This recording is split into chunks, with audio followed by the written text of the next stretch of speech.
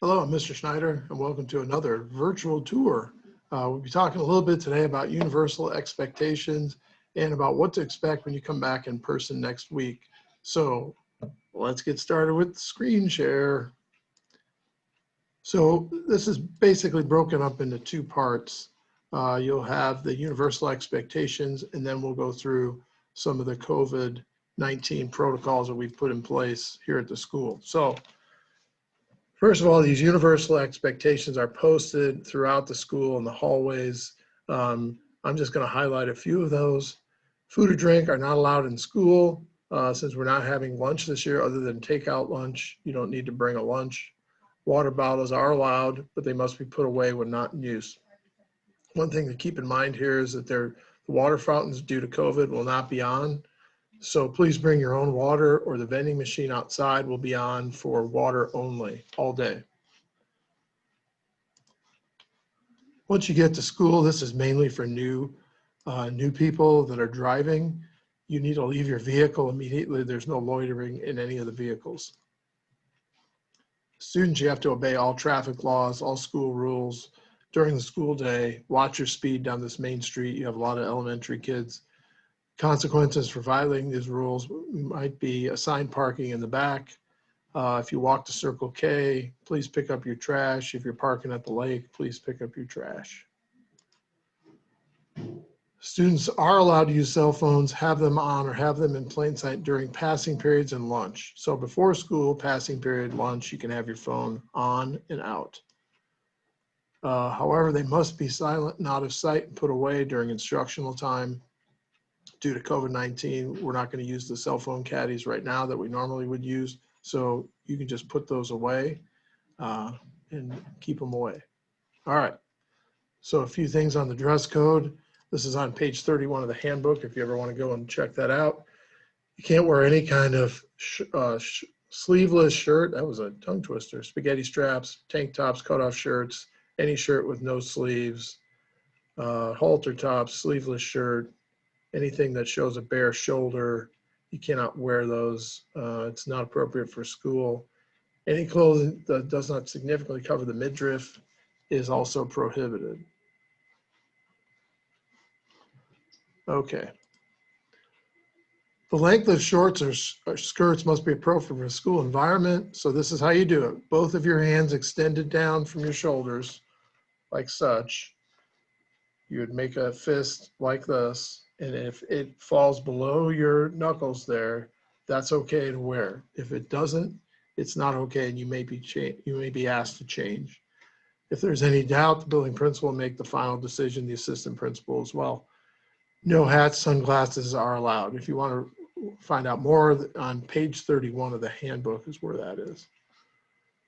Okay. Bullying prevention. I think it's important that you understand the difference between rude, mean, and bullying. Rude is inadvertently saying or doing something that hurts someone's feelings or someone else. Purposely saying or doing something that hurts someone once or even maybe twice is just mean. And then intentionally aggressive behavior repeated over time involves an imbalance of power. So physical, verbal, relational aggression, or cyberbullying. We're not going to have it. We're not going to tolerate it. Don't do it. If you see somebody doing it, please step in. If you don't feel comfortable stepping in, please tell a responsible staff member. Students who bully and or cyberbully will be dealt with swiftly and with severe consequences. This is not to be tolerated. Okay, so if you're leaving class, you get called down to the office or you're going to go see Mr. Bliss or whatever, make sure you sign out of every class. We need to know where you're at all times. Due to COVID-19, no passes will be used until further notice. So we will just see you in the hallway. We'll ask you where you're going. If you're going to use the bathroom, whatever, just let us know. As far as resources go, here are some people that you might want to make contact with if you have any problems. Mr. Bliss, Supernaut, Mrs. Jones, Mrs. McMillan, Mr. Short, Mr. Schneider. I will make this presentation. I think this is available also in the freshman loop, so you have roughly the same presentation there. So those are some resources. Do not hesitate to call or reach out or do something. we're here for you. You got to let us know there's a problem. Okay, so now on to the COVID-19 stuff. So first of all, if you are a bus rider, I'm not going to read every single one of these. I'm going to kind of paraphrase. But the first thing you need to understand is you have to wear a mask, and you have to be 6 feet distance when possible. If you do not wear a mask, you're not coming into the school, period. So each health screener for the bus, the procedures are kind of as follows. You'd be waiting in line with your mask on, 6 feet apart, waiting to be checked. When it's your turn to be checked, the health monitor will take your temperature. They'll ask you your name, then they'll take your temperature. They'll ask you if you have any of the following symptoms. I'm not going to read all those to you. If you have any of these symptoms, you will not be allowed to board the bus. Temperature is at 104 or higher, you will not be allowed to board the bus or attend school that day. So make sure, you're coming to school if you're healthy. If you're sick or you have symptoms, don't come to school. Okay. Each bus will have a seating chart based on the following: every other seat, alternating window, and aisle seats. When arriving at school, students will be dismissed and you will proceed directly off the bus through the district office doors. And if you know where that is, that's over by the gym, where you can come in and you go right into the gym, and the staff will direct you that way. If you're getting breakfast, you would proceed to the cafeteria, you'd wait in line 6 feet apart. Or if you're not getting breakfast, you would go directly to first hour, making sure to follow the arrows in the hallway and maintaining social distance. Okay, so if you are not a bus rider, you're being dropped off, or you're walking, or you're driving yourself, you'll have to come in through the front door. Don't try and go through the back door. That's not where you go to get checked. You come to the front door and you have to walk through the school.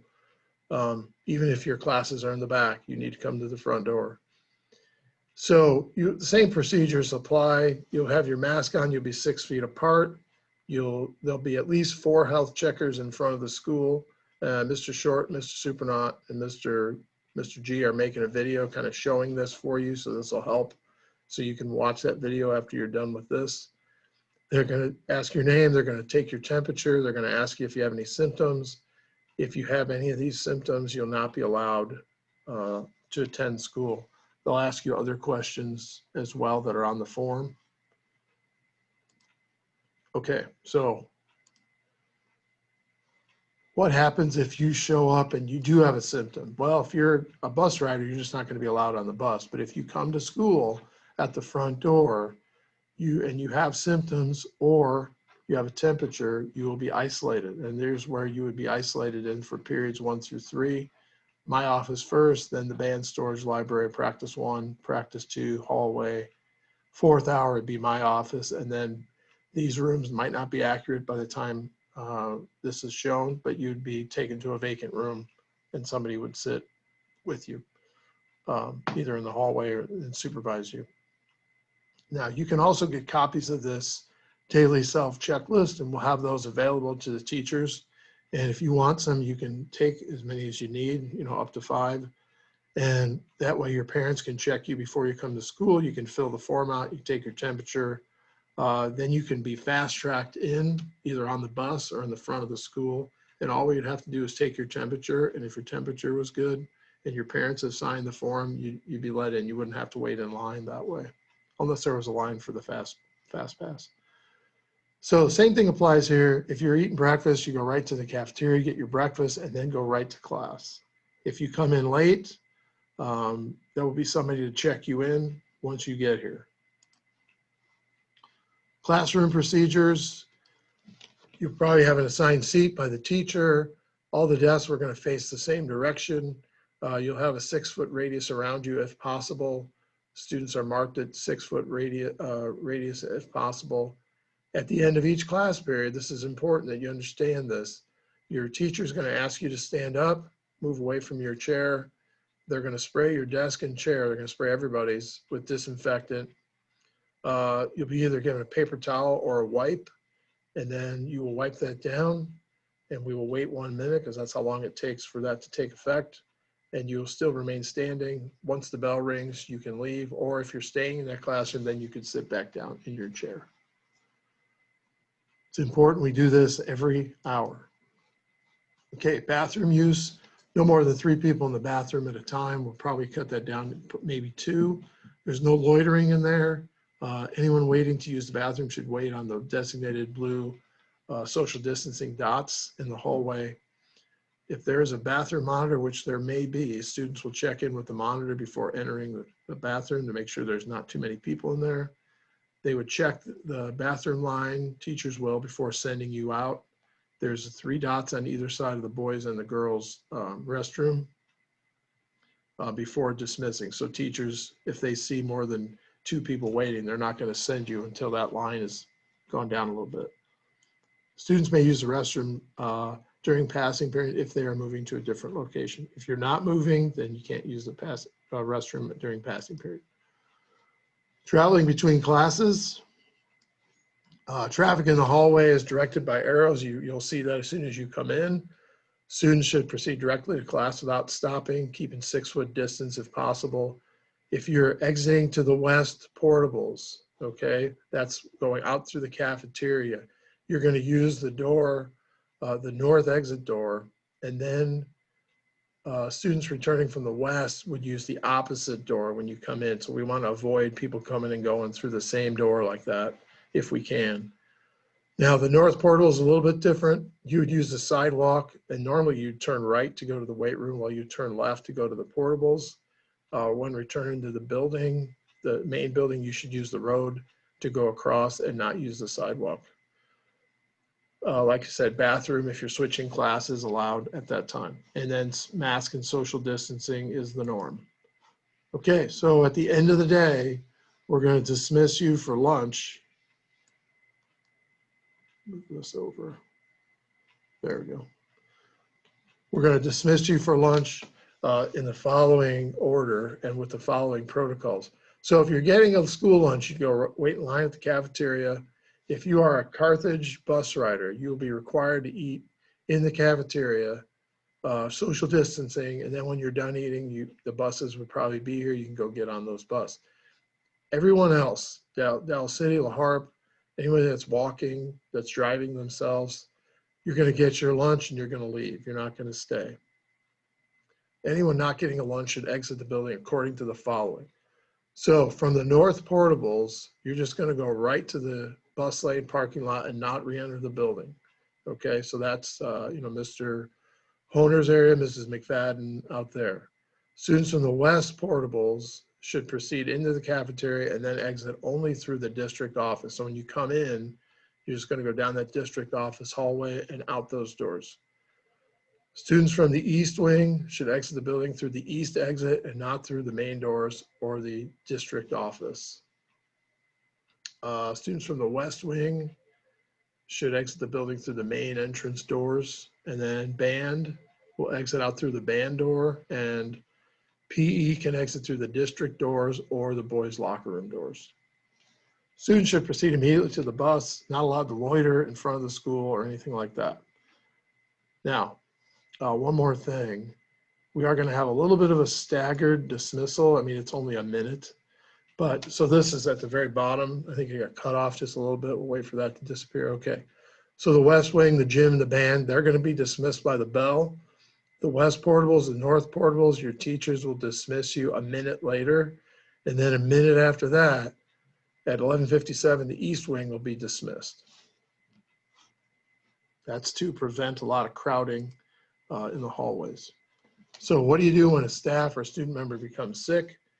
Anyone who tests positive for COVID-19 should quarantine at home and be in close contact with your health department, whether that's Hancock or Henderson, and the high school here to determine when you will be allowed to return. Anyone who shows any signs should stay home. Families and staff should also report possible cases at school where the individual attends or works to initiate contact tracing. Information will be shared with the Hancock County Health Department. 72 hours must elapse from resolution of the fever without fever-reducing medication and 10 days after symptoms first appear before a student or staff can return to school. Anyone who has close contact with someone who tested positive is suspected of having COVID-19 should isolate at home and monitor for 14 days. Close contact means the individual is within 6 feet of the individual who tested positive with symptoms or had symptoms with at least 15 minutes, for at least 15 minutes.